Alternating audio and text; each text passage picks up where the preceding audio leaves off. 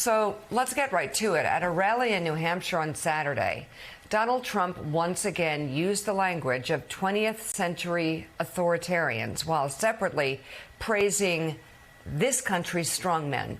He also repeatedly referred to the people convicted of attacking the Capitol on January 6th as hostages.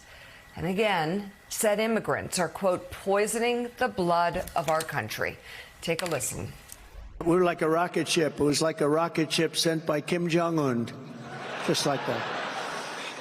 Who was very nice, I will tell you. He's not so fond of this administration, but he's fond of me. And we had a very good relationship. Vladimir Putin of Russia says that Biden's, and this is a quote, politically motivated persecution of his political rival is very good for Russia because it shows the rottenness of the American political system. Viktor Orban, the highly respected prime minister of Hungary, said, Trump is the man who can save the Western world. Can you imagine President Xi of China, powerful kind of a guy? They hate when I say that. Oh, you're saying nice things now. He controls 1.4 billion people rather ruthlessly, right? I will direct a completely overhauled DOJ to investigate every radical, out-of-control, fake, crooked prosecutor in America for their illegal, racist, in reverse enforcement of the law. If you remember in Minnesota, Minneapolis, where they took over the police station, they took it over and they burned it down. By the way, what happened to those people? Are those people in jail with the J6 hostages? What happened to those people, come to think of it? They're not in jail with the J6 hostages. I don't call them prisoners, I call them hostages. They're hostages.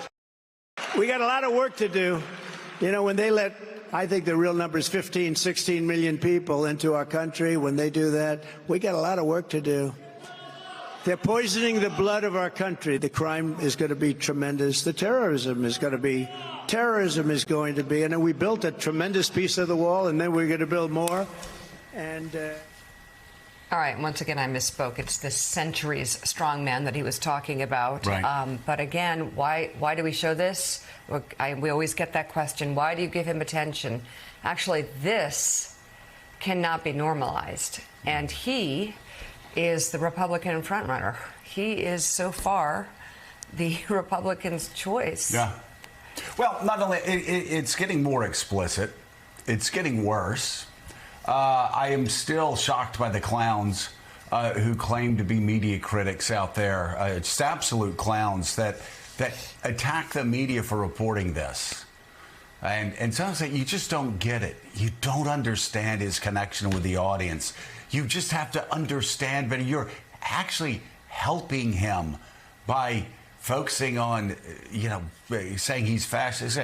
John Meacham, this is very straightforward. Writing it down, he calls the worst tyrant on the planet, the most cruel tyrant, Kim Jong-un. He says he's very nice, that Biden doesn't have a good relationship with him, but he does. Most presidents would take great honor in not having a good relationship with that thug.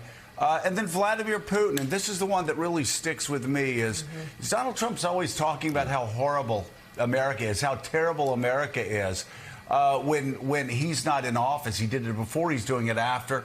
And he quotes Vladimir Putin approvingly to talk about how rotten American democracy is. He quotes President Xi, says that he's rather ruthless. And praises him and points to the media and says they don't like it when I praise him, and then goes on and praises him for being a guy that's got concentration camps with millions of people in it. Says rather ruthless. Talks about the January 6th hostages. We're talking about people who beat the hell out of cops, and then of course goes back to echoes of Adolf Hitler. Talking about poisoning of the blood of this country. It's getting more explicit. And the fact that fools that are covering the horse race would somehow attack writers, journalists for recording this and putting it to the readers without an explanation. Oh, but he also is talking about economics that they related to. Seems to somehow talk about miss the much bigger point that we're in the fight for American democracy, and he's becoming more and more explicit on how he wants to take American democracy down. We will never be able to say we were not warned, right? Right. So we can move that off the table. There's no surprise attack here. This is explicit. It's clear. Just listen. And you're right. People who, I don't know if I never can remember the phrase, or I don't know if we're wetting beds or being hysterical or what it is. But words matter. Rhetoric, the root of the word rhetoric is action. And if you don't think this is serious, I don't think you're even remotely paying attention. And I think one of the problems with the current era is that too many of us, and I've been one too, so this is a sinner, not a saint talking, to say the least, is many of us have applied conventional rules of gravity, conventional rules of analysis, conventional rules of politics to what is an unconventional force. That is, it doesn't matter anymore whether Joe Biden had a good week or a bad week. It doesn't matter if the White House staff is arguing about X or Y. That's an analog way of envisioning and understanding our politics in what is an unfolding disaster. And I don't think it's in fact, it's not simple, but to use your word, it is straightforward. And my final view of this is we're on trial here. The American people are on trial here. And to the 15-20% of Republicans who do know better, I'm guessing, but who for various reasons cannot bring themselves to ending this, to voting against this fascistic force, I would just say you're a lot richer today than you were 7 days ago, and you know I'm right. You all have, we've made some money here. This is not a disastrous era. There's not, economic carnage in the streets for these elites, and yet these elites are making this possible. And I think that insofar as those folks can be reached, please, please, please listen to what your putative nominee is saying. This is a moment where, at least, we have Donald Trump quoting Vladimir Putin. We have him praising Xi, Kim Jong-un, Orban. We have him referring to January 6th convicts as hostages. And we have him using language that evokes what Adolf Hitler used to say. Those in the White House have said to me, they've made a compelling case in recent months, the Biden White House, that they feel like Americans are not paying attention right now, that it's too early, we're still almost a year from the election, that next spring, after the Republican primaries, which are not competitive, are over, and Americans start actually listening to Donald Trump. As we move into the summer, we move into next fall, it's a general election between Biden and Trump. And when Americans start paying attention again, they will hear this from Trump and reject it. They will say, we can't go down that path again. We can't go down that path again.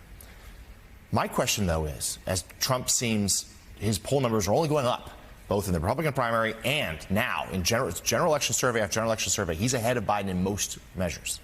And the Journal, Wall Street Journal, just now, moments ago, says Americans feel better about his policies than they do Biden's. My question is, are we sure Americans are going to care? I don't think so. I think that you're going to have a week before the election, maybe 50 million low information voters voting on how they feel the economy is doing right then, that week in October 2024. I think that you see the extremism of American politics right now. You see the radicalization of so many of Donald Trump's supporters who are fine with his most extreme statements. They're fine with imprisoning journalists they disagree with. They're fine with, they think that the political opposition is the enemy. So many Americans believe that now, on the left and on the right. When we become enemies and there's not any common ground worth finding with the other side whatsoever, how do you have a functioning democracy? I think that is going to be the real test of the Democratic Party, to really say to people, is this who you are? When he stands up there and explicitly embraces dictators and strong-arm people and has them commenting, he quotes them commenting on an American election. If you vote for that, then you're all right with that. I think that's what the Democrats have to say. When he talks about how people from non-white countries in Central America and Africa, he names them, says that they're poisoning the blood of the country, which is as racist as you could get. I mean, what does he have to do? Put on a Klan robe for us to understand that's racist?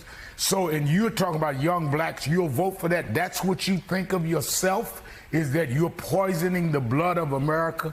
I think it's not about Biden. It's about who you are as a voter. Are you co-signing this kind of politics? And John Meek, I think that this is what the real test for the Democrats are, is to not make it about them. Have everyone put a mirror in front of them and say, is this who I am? Am I a racist? And am I one that believes in fascism?